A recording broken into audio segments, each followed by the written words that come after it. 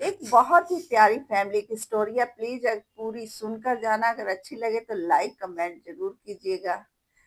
शादी के बाद जिन लड़कियों का ध्यान मायके में रहता है वो ससुराल में कभी सुख चैन से रहने नहीं देती।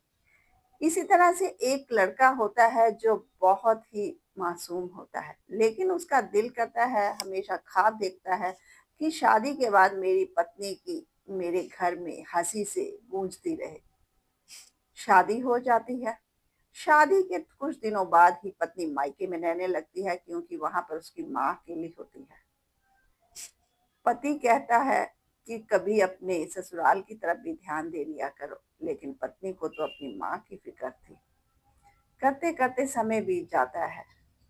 पति जब भी अपनी पत्नी को फोन करता तो वो कहती मैं काम कर रही हूँ, बिजी हूँ, और पति बेचारा टूट कर रह जाता। करते करते समय बीत गया। पति दफ्तर जाता था, खुद ही खाना बनाता था, बिना प्रेस के कपड़े पहनता था, और जैसे रूखा सूखा खाना बनता था खाकर चले जाता था।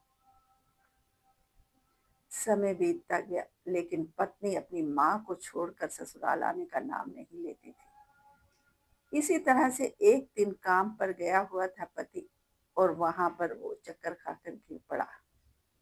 आसपास के लोगों ने उसको हॉस्पिटल पहुंचा दिया।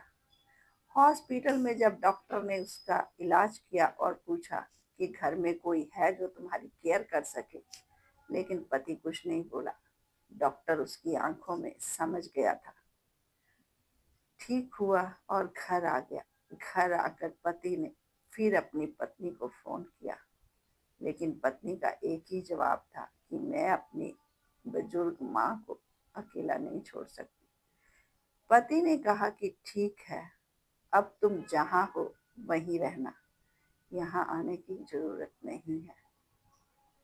और फिर वो एक दिन छत पर गया और छत पर खुले आसमान की तरफ झांक कर कहने लगा कि हे भगवान, मेरे प्यार में ऐसी कौन सी कमी थी जो मैं अपनी पत्नी का दिल नहीं जीत सका। शादी के बाद भी उसका पूरा ध्यान अपने मायके में है, और आज वो 20 साल से अकेला जीवन व्यतीत कर रहा है।